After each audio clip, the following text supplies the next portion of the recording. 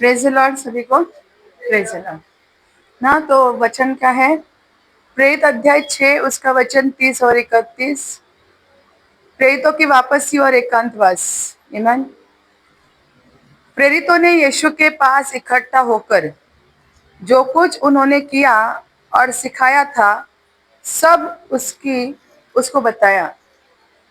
प्रेरित लोग क्या करते थे? यीशु मसीह उनको भेजते थे अपने चेलों को कि जाओ और जाकर लोगों को क्या करो? सुसमाचार बताओ, उनको बीमारों से चंगा करो, लोगों को प्रभु के राज्य में लेकर आओ। और वो जो चेले थे वो आकर अपने पास्टर को, मतलब यीशु उनके पास्टर थे 12 चेलों के, तो चेले अपने पास्टर को मतलब यीशु मसीह को आकर बताते थे कि उन्होंने उधर जाकर क्या क्या किया। हर लीडर या कलीसिया के लोगों का काम है कि वो आकर अपने पास्टर के साथ संगति में रहें। मसीह जीवन क्या है कि तुम्हारा कलीसिया और तुम्हारा पास्टर दोनों एक दूसरे के कांटेक्ट में होना जरूरी है। बहुत बार लोगों को क्या लगता है, जैसे पहले हम संसार में कैसे मंदिर में रहते थे ना, मंदिर में गए आए कोई फर्क नहीं पड़ता था, उधर के पुजारी को मिलना नहीं मिलना कोई बात नहीं थी। पर मसीहत में ऐसा नहीं है। मसीहत में मसीह की कलीसिया और कलीसिया को दिया गया पास्टर, इन दोनों की संगति होना बहुत जरूरी है। क्योंकि जैसे मैंने पहले भी क्या कहा, कलीसिया क्या है? परमेश्वर की देह है। और पास्टर कौन है? उस देह को। और यीशु मसीह कौन है? सिर है। तो देह को और सिर को जोड़ने वाला व्यक्ति है, मतलब बीच का जो गला रहता है। अगर तुम बोलोगे कि मुझे सिर्फ इतना ही भाग चाहिए, मुझे ये गला नहीं चाहिए, तो हो सकता है क्या? नहीं हो सकता। तुम बोलेगे नहीं सिर ही चाहिए और बस इतना बॉडी चाहिए, बीच का गला हमको नहीं चाहिए, हो सकता है क्या? नहीं हो सकता है। क्योंकि ये दोनों जब साथ में रहेंगे तो ही सिर टिक सकता है। अगर ये दोनों साथ में नहीं है तो सिर नहीं रहेगा, है ना? तो ऐसा ही कलीसिया के लोगों का और पास्टर का ऐसा घनिष्ठ नाता होना चाहिए कि पास्टर जो जो सिखाता है उन बातों को सुनना है, वैसा ही करना है। तभी मसीह जीवन में तुम्हें अगले पदों पर परमेश्वर लेकर जाता है। यहाँ पर हमेशा यीशु मसीह जो अपने चेलों को समझाते थे और करने के लिए बोलते थे वही चेले करते थे, और इसीलिए उनको प्रेरित ये शब्द आया। क्योंकि पास्टर होने के नाते यीशु मसीह उनको बोलते थे कि जाओ लोगों को सुसमाचार दो, चंगा करो, छुटकारा दो और उनको भी चेले बनाओ। और इसीलिए उनको प्रेरित बोला गया। प्रेरित कौन होता है? जो चेलों को बनाता है, जो कलीसियाओं को बनाता है, उनको प्रेरित कहा जाता है। अपोस्टल कहते हैं। जिनके द्वारा चिन्ह चमत्कार होते, कलीसियाओं की स्थापना होती है, चेले बनाए जाते हैं, उनको प्रेरित कहा जाता है। तो ये चेले वही काम कर रहे थे। और ये सिर्फ काम नहीं करते थे, पर जो भी काम करते थे वो आकर अपने पास्टर के साथ साझा करते थे। आमीन। किसको बोलते थे वो? इधर बैठो, ये साइड में भी जगह बैठो। वो आकर अपने पास्टर को सब बातों को बताते थे। Praise the Lord. और आगे क्या हुआ? उसने उन्हें कहा, तुम आप अलग किसी एकांत स्थान में चलकर थोड़ा विश्राम करो, क्योंकि बहुत लोग आते जाते थे और उन्हें खाने का अवसर भी नहीं मिलता था। देखो, प्रेरित जो थे, मतलब प्रभु यीशु के चेले थे, वो इतना परमेश्वर के राज्य का काम कर रहे थे, इतना परमेश्वर का राज्य का काम करते थे कि उनको खाना खाने का टाइम नहीं था। समझ में आया? प्रेरित कितना काम करते थे। बाइबल में यही लिखा है ना। अक्षय, क्या लिखा है बाइबल में? क्या लिखा है तुम्हारी बाइबल में? प्रेरित अध्याय 6 का 30 और 31। सॉरी, मरकुस अध्याय 6 का, मरकुस अध्याय, पेज नंबर है न्यू टेस्टमेंट में 60 पान नंबर, मत्ती में, मरकुस में।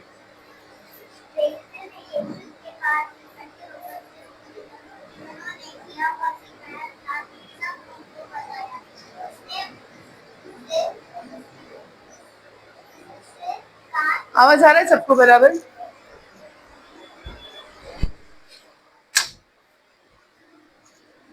हाँ, नहीं है।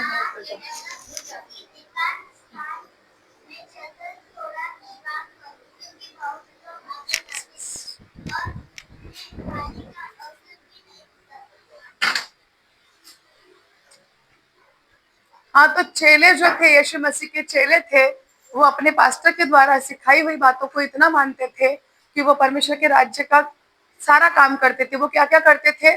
वो बीमारों को चंगा करते थे, दुष्ट आत्माओं को निकालते थे, राज्य का सुसमाचार बताते थे, और सब लोगों को प्रभु यीशु के पास लेकर आते थे। ये सब काम करते करते इतना वो लोग थक जाते थे, इतना उनके पास टाइम नहीं होता था कि बाइबल बता रही है कि उनके पास खाने का अवसर भी नहीं होता था। तो यीशु उनको बोलते हैं, यीशु अपने चेलों को क्या बोलते हैं कि तुम लोग थोड़ा सा क्या करो, एकांत में चले जाओ, थोड़ा विश्राम भी करो और कुछ खाओ भी थोड़ा सा। तो यीशु अपने चेलों को बता रहे थे, पर चेलों ने कभी कंप्लेंट नहीं की कि हमको खाने को नहीं मिल रहा, हमको टाइम नहीं मिल रहा, हमको ये नहीं मिल रहा है। तो देखो, ये होती है मसीह और कलीसिया के लोगों का क्या होता है, एक संबंध ऐसा होना चाहिए। पर बहुत बार क्या होता है कलीसिया के अंदर, इसके विपरीत है।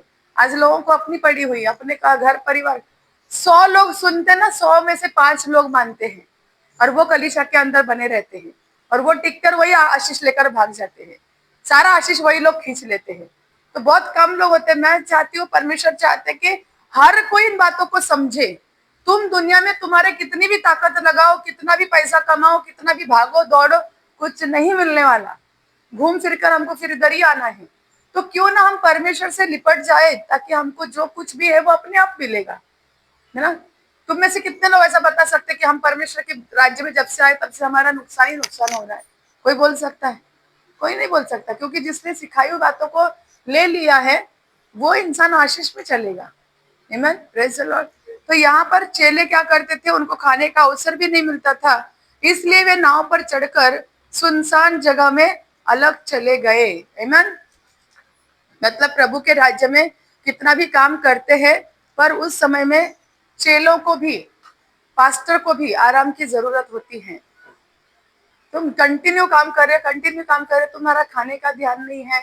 पर परमेश्वर इतना, बोलते ना, स्वार्थी परमेश्वर नहीं है, वो सब कुछ करना जानता है। पर जो लोग जितना एफर्ट देते हैं, हमको आज क्या, हमने कल भी जैसे वचन में पढ़ा था ना, मत्ती अध्याय 10 का 1, कल भी हमने कितने लोगों का वचन, कल का वचन कितने लोगों को समझा?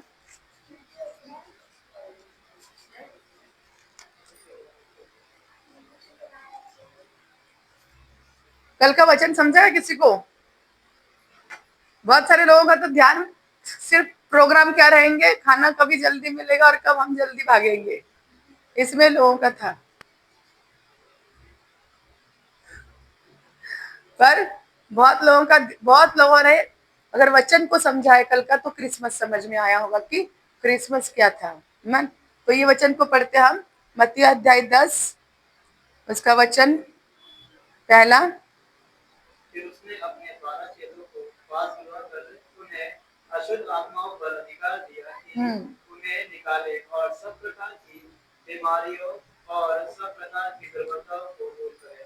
हेमंत, तो यीशु मसीह ने अपने चेलों को क्या अधिकार दिया था? अशुद्ध आत्माओं को निकालने का, सब प्रकार की बीमारियों को चंगा करने का, दुर्बलताओं पर क्या करने का, दुर्बलताओं को दूर करने का। लूका 9 का वचन देखो, लूका अध्याय 9 1।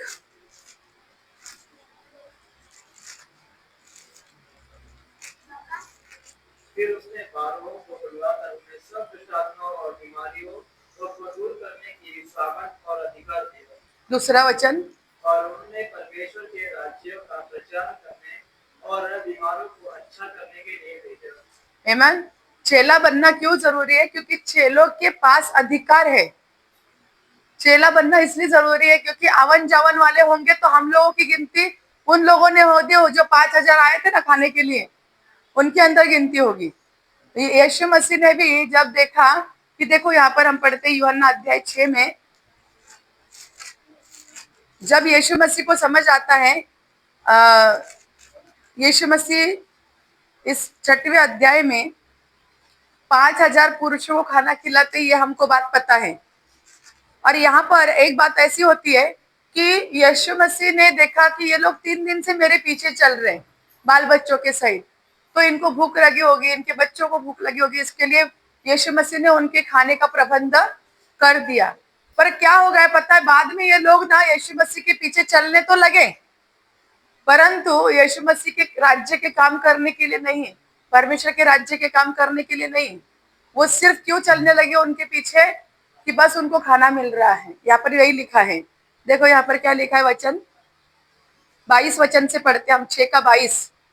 लोगों का यीशु को ढूंढना। हाँ,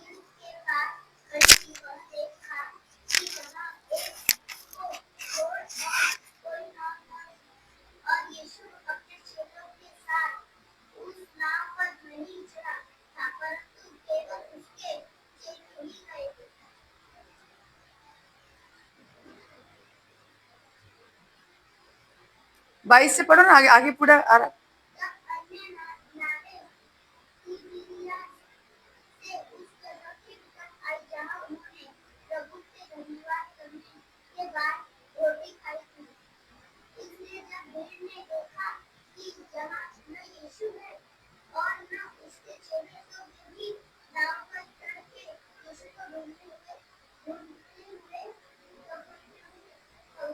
हाँ, तो यहाँ पर क्या होता है कि जहां पर यीशु ने रोटियों को बांटा था ना, वहां पर लोग फिर से आए और देखने लगे, अरे यीशु मसीह भी नहीं, उसके चेले भी नहीं, यहाँ पर कोई भी, अभी क्या करे। तो किसी ने बताया, अरे वो लोग इधर नहीं, वो लोग उधर गए, नाव नदी के पार गए हैं। तो ये लोग क्या करते, तुरंत नाव पर चढ़कर उनको ढूंढने जाते हैं। तो देखो आगे क्या यीशु 25 वचन से हम पढ़ते हैं। झील के पार जब वे उससे मिले तो कहा, हे रबी, तू यहाँ कब आया? यीशु ने उन्हें उत्तर दिया, मैं तुमसे सच कहता हूँ कि तुम मुझे इसीलिए नहीं ढूंढते हो कि तुमने आश्चर्य कर्म देखे, परंतु इसीलिए कि तुम रोटियां खाकर तृप्त हो गए। 27।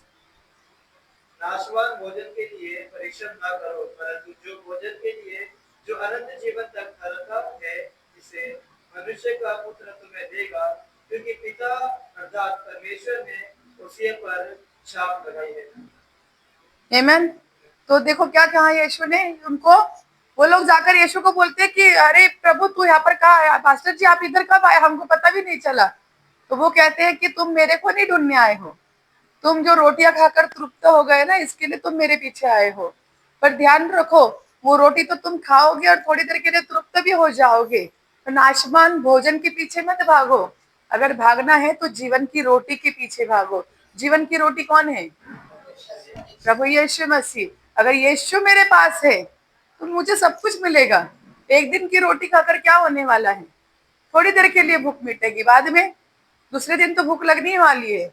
तो क्यों ना जो जल का सोता है ना, उसको पकड़ ले, जो हमें हमेशा के लिए तृप्त कर सकता है ना। जैसे लास्ट टाइम मैंने एक कहानी बताई थी कि एक राजा अनाउंसमेंट करता अपने राज्य में कि कल सुबह महल का दरवाजा खुलेगा और तुम्हारे सामने हीरे चांदी सोना मोती सब कुछ रखा जाएगा, पैसा रखा जाएगा, कपड़े रखे जाएंगे, तुमको जो चाहिए वो आकर लोग लेकर जा सकते हैं।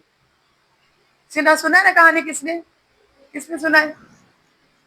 हाँ, तो क्या होता है फिर दूसरे दिन लोग आते हैं और महल के बाहर खड़े हो जाते हैं। महल का दरवाजा खुलने से पहले बोलते हैं, अरे आज मेरे को पैसा मिलेगा, सोना मिलेगा, चांदी मिलेगी। कोई क्या तो कोई क्या बोल रहा है। उतने में महल का दरवाजा खुल जाता है और भीड़ की भीड़ अंदर घुसती है सामान को, चीजों को लेने के लिए। पर उसमें एक छोटी बच्ची रहती है जो बहुत समझदार रहती है। वो क्या करती है, वो सीधा जाके जो सिंहासन पर राजा बैठा था उस राजा के गोद में जाकर बैठ जाती है। तो राजा बोलता है उसको कि बेटी तुझे कुछ नहीं चाहिए? वो बोलती मुझे नहीं कुछ चाहिए। बोले ऐसा कैसा, सब जन तो सब कुछ ले रहे और तुझे कुछ नहीं चाहिए? बोलते नहीं राजा, राजा मुझे आप चाहिए। कौन चाहिए? कौन चाहिए उस बेटी को? क्यों ऐसा?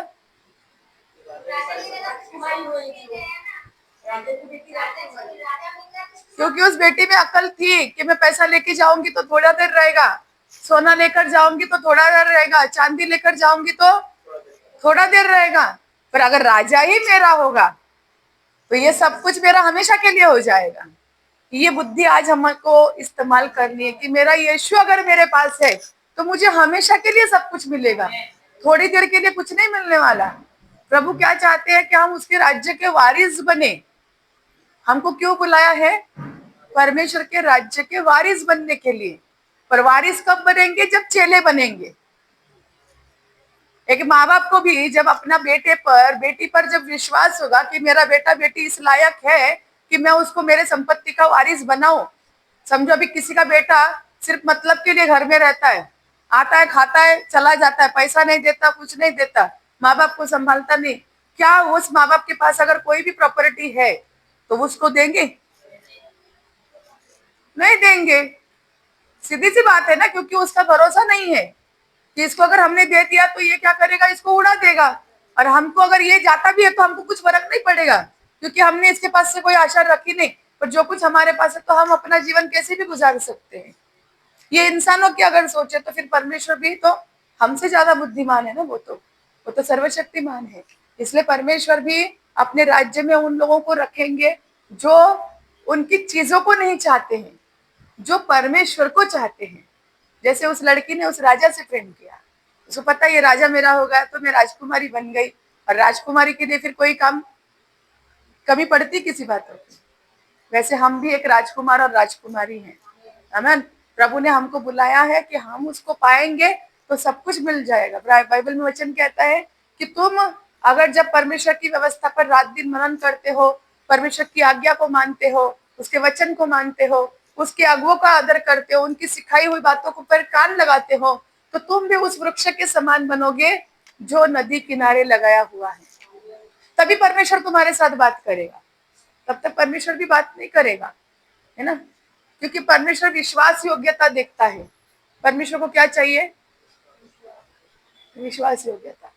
जब हम विश्वास योग्यता में चलेंगे तो परमेश्वर अपने आप वो काम करेगा। हालेलुया। पर इसके लिए हमें घर में से किसी को एक को एफर्ट लेना चाहिए उन चीजों के लिए। मेरे घर में आज मेरा एफर्ट नहीं होता तो मैं यहाँ पर नहीं होती। आज तुम्हारे घर में तुमको एफर्ट लेना है, तुमको सब कुछ करना है। Praise the Lord. क्योंकि परमेश्वर ने हमें ये कलीसिया इसीलिए दी है कि हमारे जीवन में, हमारे परिवार में जो कुछ भी कमी है वो हमें यहाँ पर मिलेगी, दुनिया में और किधर की नहीं मिलेगी। जाओ तुम्हारे रिश्तेदारों के पास, रिश्तेदार तो तुम्हारी सुन लेंगे और तुम्हारे पीठ पीछे तुम्हारी निंदा करेंगे, बोलेंगे आया था वो, आई थी वो मुझे बताने के लिए, उसके घर में ऐसा है, उसके घर में वैसा है करके। तो बोले हमको लगा ही था ये तो ऐसा ही होने वाला है। लोग तो तुम्हें ऐसा ही बोलेंगे ना। मैंने तो मेरे जीवन में कभी लोगों के अच्छे अनुभव नहीं दिए, बाकी आपका मुझे नहीं पता, है ना। क्योंकि हमने ऐसे कड़ू अनुभव संसार में लिए, इसीलिए तो आज हमको पता चला कि मेरा परमेश्वर कितना भला है। आमीन। दिन भर जाकर बैठो आप किसके घर में, और कितना भी आप अपने घर की कहानी बताओ, कौन कुछ करेगा आपके लिए? कोई नहीं कुछ करेगा। पर अगर वही हमने दिन भर यहाँ कर अगर यहाँ बिताया, यहाँ पर रोया, प्रभु हमारे लिए सब कुछ करने के लिए। नदी किनारे लगाया हुआ वृक्ष कितना बड़ा उदाहरण है ना। ये नदी किनारे लगाए हुए वृक्ष हम अपने कलीसिया में लगाते तो थोड़ा समझ में आएगा लोगों को। हालेलुया। Praise the Lord. एक राजा के गोद में बैठी लड़की, यहाँ पर एक चित्र लगाते हैं हम तो समझ में आएगा कि राजा मिलेगा तो सब कुछ मिलेगा, वो नदी मिलेगी तो सब कुछ मिलेगी। ये हमारे लिए क्या है? एक भवन, परमेश्वर का भवन है। यहाँ पर सब कुछ मिलता है, दिखता कुछ नहीं है पर मिलता सब कुछ है यहाँ पर। हालेलुया। तो ये क्या, ये कैसे होगा? आत्मिक बुद्धि से होगा। इसलिए प्रभु कहता है कि हमें चेले बनने के लिए बुलाया है, क्योंकि प्रभु ने कहा है, कोई बड़ा काम दिया है क्या प्रभु ने हमको? 15 घंटे की ड्यूटी करो, ट्रेन पकड़ के जाओ, ट्रेन पकड़ के आओ, ऐसा कोई बड़ा दिया है चीज? क्या बताया कि परमेश्वर के सुसमाचार का और उसके राज्य का प्रचार करो, लोगों के लिए प्रार्थना करो, और मैंने तुम्हारे हाथ में अधिकार दे दिया है। कोई बड़ा काम नहीं किया। बोला फिर समझो मैं तुमको बोलूंगी ये कलीसिया तुम लोग तुम्हारे हाथ में रखो, मुझे 1 महीने के लिए अभी मीटिंग में जाना है। अगर तुम यहाँ पर आकर तुम्हारा ईमानदारी से काम कर रहे हो तो प्रभु मेरे मन में बोझ डालेगा कि नहीं डालेगा कि मैं तुम्हारे लिए कुछ करूं? डालेगा कि नहीं डालेगा? जरूर डालेगा। क्योंकि परमेश्वर हमारा किसी का रुपया का भी एक कर्जदार नहीं है। मैंने अपने लाइफ में देखा है, जब भी कुछ है नहीं है, बहुत छोटी सी परिस्थिति से हम लोग ऊपर आए हैं। पर पहले जो मेरे शादी के 16 साल वो, और उसके पहले के साल, मतलब 30-32 साल तक जो मैंने मेरे लाइफ में कभी नहीं देखा था, वो मैंने प्रभु में आकर देखा हुआ है। आमीन। हालेलुया। ये परमेश्वर बहुत भला है। बस उसको समझने की हमें बुद्धि चाहिए, और वो बुद्धि संगति से आती है, ऐसे नहीं आती है। Praise the Lord.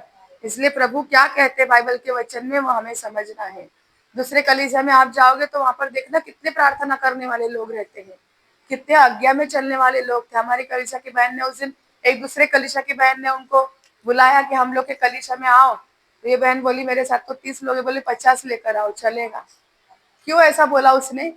क्योंकि उसको पता है उसके कलीसिया में क्या क्या है करके, उसको पता है उसके कलीसिया में क्या कर सकते, क्या नहीं कर सकते, उनकी यूनिटी क्या है, उनके कलीसिया के अंदर कितनी बहनें मिलकर काम करती, कितने भाई मिलकर काम करते हैं। हम लोग हमारे कलीसिया के द्वारा क्या कर सकते हैं, उस बहन को सब कुछ बराबर से पता है। आमीन। हालेलुया। तो ये होना चाहिए, है ना। प्रभु जरूर करेगा, पर हमारे अंदर चाहत रखनी है। जहाँ चाह है वहां पर ही रहोगे। जहाँ पर चाह नहीं वहां पर राह नहीं हो सकती। अभी मैंने 2-3 उस दिन मैंने यूट्यूब में गाने देखे, बड़े बड़े लोग कितने अच्छे से गाने गा रहे, औरतें नाच रही उसके अंदर। क्यों? उन लोगों ने चाह रखा, उनको पता हम किसी लोगों के लिए नहीं नाच रहे, कोई लोगों से हमको नहीं फर्क पड़ता, हमको फर्क पड़ता है सिर्फ हमारे परमेश्वर के लिए। Praise the Lord, hallelujah. तो अगर हम किसी कामों में इन्वॉल्व ही नहीं होंगे तो प्रभु कहाँ से हमें बरकतें देगा? हमें चेले बनने के लिए बुलाया है। क्या? चेले बनेंगे तो वारिस बनेंगे, चेले बनेंगे तो ही वारिस बनेंगे। वारिस बनने के लिए हमें चेला बनना बहुत जरूरी है। परमेश्वर को अपनी विश्वास योग्यता दिखाना बहुत जरूरी है। परमेश्वर, जैसे एक माँ बाप रहते ना, अपने बच्चे के प्रति वो कितना पढ़ा लिखा है, वो कितना सुंदर है, देखता है क्या? तभी वो वारिस बनाते माँ बाप बच्चों को। बच्चा कैसा है वो नहीं देखते माँ बाप। माँ बाप सिर्फ ये देखते हैं कि मेरा बच्चा कितना विश्वास योग्य है, कि अगर हमारे साथ कल कुछ भी होता है तो ये हमें संभाल सकता है, ये हमारी केयर कर सकता है, तो ही हम इसको वारिस बनाए। नहीं तो इसको अगर ऐसा भी, ये तो ऐसा है कि ये खुद को नहीं संभाल पा रहा है, हम इसको कैसे वारिस बनाए करके फिर वो क्या करेंगे, उसके ऊपर कोई नहीं विश्वास, वो खाली आने और जाने वाला व्यक्ति रहता है घर में। ऐसा ही कलीसिया में होता है कि कलीसिया के अंदर आने और जाने वाले लोग बहुत है, पर परमेश्वर से लिपट कर रहने वाले लोग चाहिए। आमीन। और वही लोग लबालोन की तरह बढ़ेंगे और देवदार की तरह उचित किए जाएंगे। आमीन, हालेलुया। वही लोग फलवंत होते जाएंगे, वही लोग रस भरे और लहलाते हुए हो जाएंगे। ये बाइबल का वचन कहता है। समझ में आया? परमेश्वर, हमारा परमेश्वर क्या कहता है? तू जो बोलेगा, तू जो सोचेगा, वही मैं तेरे साथ करूंगा। पर अगर तुम नेगेटिव बातें करते रहोगे, तुमको जो परेशानी तुम प्रभु को नहीं बताओगे, हम लोगों को बताएंगे, तो हमारी परिस्थिति कभी नहीं बिगड़ेगी। क्योंकि क्या होता है ना, घर के अंदर बच्चे माँ बाप को देखकर ही सीखते हैं। समझ में आया? माँ बाप अगर कुड़कुड़ाते रहेंगे तो बच्चों को क्या लगता है, इनके जीवन में कुछ नहीं अच्छा, तो हमारे जीवन में क्या अच्छा होगा? क्या हम पंजाब गए थे, क्या बोला था पास्टर ने? वही बोला था ना कि माँ बाप बच्चों को दिखाते हैं कि तुम जब प्रभु के पास आ रहे हो तो तुम्हारे को क्या मिल रहा है, नहीं मिल रहा है। अगर तुम ही अपने बच्चों को तुम्हारे उनके सामने बोलते रहोगे कि क्या फायदा नहीं हुआ, कुछ नहीं ऐसा हुआ, तो बच्चों का जीवन कैसे सुधरेगा? सुधरेगा? कभी नहीं सुधरेगा।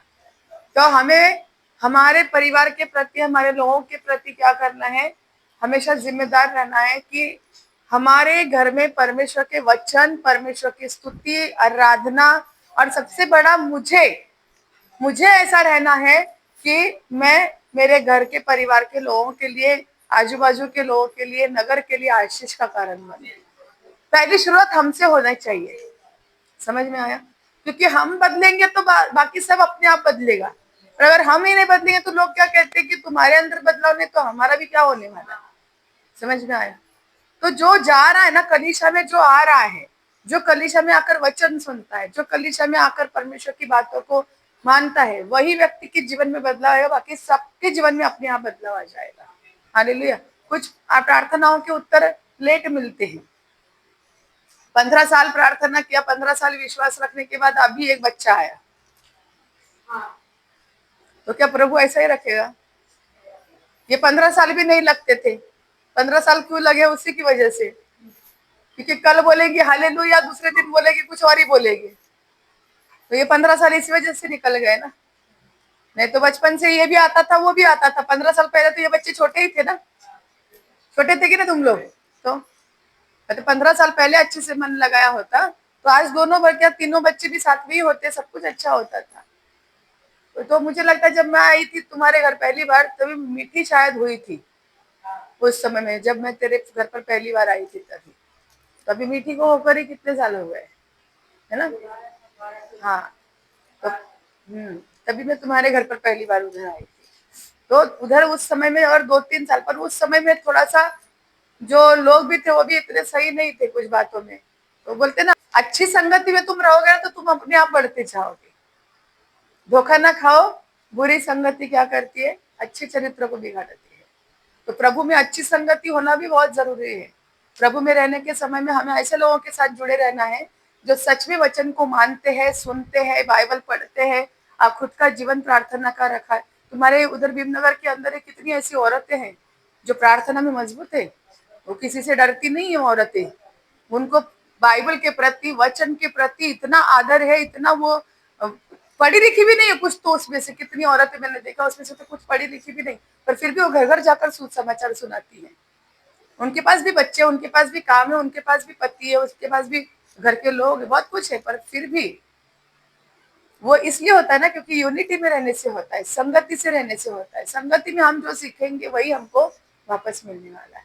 तो हमें परमेश्वर ने प्रेरित बनने के लिए, चेला बनने के लिए बुलाया हुआ है। इन बातों को हमें कभी नहीं भूलना है। परमेश्वर ने हमें क्या किया है, अधिकार दिया हुआ है, क्योंकि परमेश्वर का वचन कहता है, हमने अभी पढ़ा कि प्रेरित जो लोग मानते थे वो लोग इतना काम करते थे कि उनके पास खाने के लिए टाइम नहीं होता था, और हमारे पास इतना टाइम है कि हम यहाँ वहां बैठकर बातें करने से हमको फुर्सत नहीं है। सही बात है कि नहीं? हालेलुया। तो आज हमें निर्णय लेना है कि मुझे कौन सा जीवन जीना है। मैं वारिस हूं या मैं आने जाने वाला हूँ।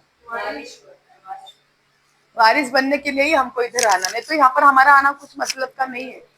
समझ में आया? यहाँ पर हमको परमेश्वर ने इसीलिए दिया है कि हम वारिस बने, हम वो आशीषें ले जो दुनिया जिन आशीषों के पीछे यहाँ वहां भाग रही है ना, शॉर्टकट काम कर रही है दुनिया उन आशीषों के लिए। पर यहाँ पर हमको आशीष भी मिलेगी, बरकत भी मिलेगी, शांति भी मिलेगी, सफलता भी मिलेगी, क्योंकि हमारे लिए सब कुछ परमेश्वर ने ले लिया है। कल का स्किट अगर किसी ने समझा होगा तो उनको बहुत अच्छे से समझेगा कि परमेश्वर परिवर्तन लाता है उन चीजों में, आपका दुख में, आपका नफरत में, लालच में ना, परिश्रम में। यीशु मसीह ने क्या कहा, हे परिश्रम करने वाले और बोझ से दबे लोगों मेरे पास आओ। आज अगर तुम्हारे जीवन में बहुत कष्ट है, बहुत परिश्रम है, तुमको प्रभु के पास आना है। पर कैसे आना है? सारे मन से, सारे बुद्धि से, सारे शक्ति से। तुम यहाँ पर आकर वचन सुनोगे, प्रार्थना करोगे, घर पे जाके टीवी सीरियल लगा के बैठोगे, तुम्हारे परिश्रम बढ़े छोड़ मतलब घटेंगे नहीं, वो और डबल बढ़ेंगे। समझ में आया? बहुत घरों में क्या है, टीवी सीरियल चाहिए उनको, और बाद में वो बोलते कि हमारे घर में ना कोई सुनता ही नहीं। कैसे सुनेगा? कैसे सुनेगा? तुम यहाँ से भरकर चले जाते हो, उस आग को यहाँ से तुम लेके जाते हो अपने घर पर, घर में पैर रखते ही संसार की बातें, वो आग बुझ जाती है ना। वो आग उस अंधकार को नहीं मार सकती, क्योंकि तुम भी जाकर उनके अंदर शामिल हो गए। समझ में आया? तो इन सारी चीजों का हमको बहुत ख्याल रखना है। जब भी हमको समय मिलता है, आओ कल समय प्रार्थना करो। अरे 4 बहनें आओ, 2 आओ, बैठो, प्रार्थना करो, आए भरकर। देखो आपका जीवन, आपका परिवार में बदलाव आना ही आना है। Praise the Lord, hallelujah. क्यों परमेश्वर कार्य करता है? सुनने के द्वारा कार्य करता है।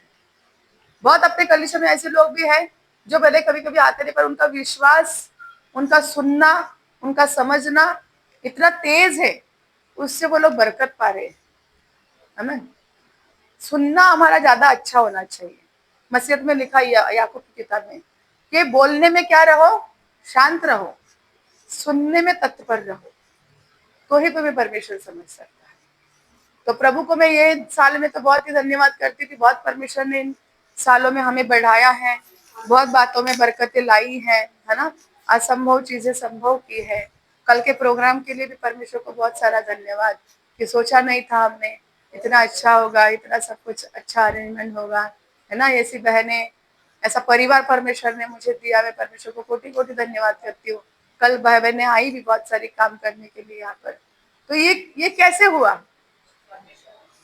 परमेश्वर तो हमें देने के लिए तैयार है, परमेश्वर हर चीज देने के लिए तैयार है, पर उस लेने के लिए कलीसिया के लोग खड़े हैं क्या? जो लोग खड़े होंगे ना, वो लोग उस बातों से आशीर्वाद को पाएंगे। Praise the Lord. परमेश्वर सबको सब कुछ देने के लिए तैयार है, पर तुम्हें ना वो चीज लेना आना चाहिए। कल आखिर तक कितने लोग खड़े थे, कितने लोग रुके थे, कितना अपना एफर्ट दे रहे थे, है ना। तो ये बहुत जरूरी होता है। देखो, बार बार पास्टर का हाथ पैर रखने से आशीष नहीं मिलता है। तुम जितना परमेश्वर के राज्य में काम करते हो ना, वो जितना तुम्हें आशीष मिलता है ना, वो कभी कभी तुम्हें सिर्फ पास्टर के हाथ रखने से भी नहीं मिलेगा ना। क्योंकि ये किसका घर है? अभी समझो एक राजा का राजमहल ये है। अभी राजा के राजमहल में तुम काम करोगे, मैं काम करूंगी, प्रतिफल किसको मिलेगा?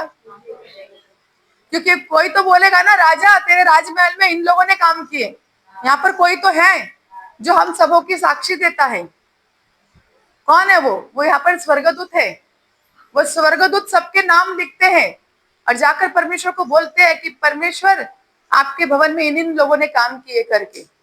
फिर भला जो भी तुमने काम किया वो तुम्हारे नाम स्वर्ग में लिखे जाते हैं। पास्टर के पास हो सकता है शायद नहीं आए कोई चीज, पता है मैं भी इतना एफर्ट क्यों देते, मेरे को सब जन बोलते मत पास्टर आप आओ, पर मुझे पता है इन बातों में जितना आशीष है ना ये सब कुछ करने में, उतना मुझे घर पर बैठने से नहीं। हाँ तकलीफ होगी मुझे, कोई बात नहीं, पर उतना ही मेरा परमेश्वर मुझे और मुझे सामर्थ्य देगा और बुद्धि देगा और मैं तुम लोग के लिए ज्यादा काम कर सकती हूँ, है ना, क्योंकि मुझे तुम लोग के लिए ज्यादा करना है। जितना मैं एक पास्टर जितना अपने जब भी परमेश्वर के राज्य में कार्य करता है ना वो तो उसकी कलीसिया को और उसके फैमिली को मिलता है सर। समझ में आया? ये चीजें मुझे पता है, इसलिए मैं मौका नहीं छोड़ती कभी काम करने। ज्यादा ही थक जाऊंगी, कल जरा लास्ट में थोड़ी सी बैटरी कम हो गई थी तो फिर मैं गई, क्योंकि अभी कंटिन्यू भाग दौड़ कर रही थी, कंटिन्यू भाग दौड़, वो भी जा नहीं रही थी, मुझे धक्का मार के निकाला गया यहाँ से। Praise the Lord, hallelujah. मुझे बोला गया जाओ छोड़ के आओ, जाओ छोड़ के, प्रेज द लॉर्ड, है ना। तो ले लो, इन चीजों को ले लो और बरकतों को पाओ, क्योंकि हम जितना मेहनत, आप जितना संसार में मेहनत करोगे ना उसके द्वारा आपको दवाइयां मिलेगी। क्या मिलेगा? संसार में काम करेंगे ना गधा मजूरी तो दवाइयां मिलेगी, और प्रभु के भवन में अगर काम करेंगे तो गवाहियां मिलेगी। समझ में आया? समझ में आया? क्या संसार में काम करेंगे तो क्या मिलेगा?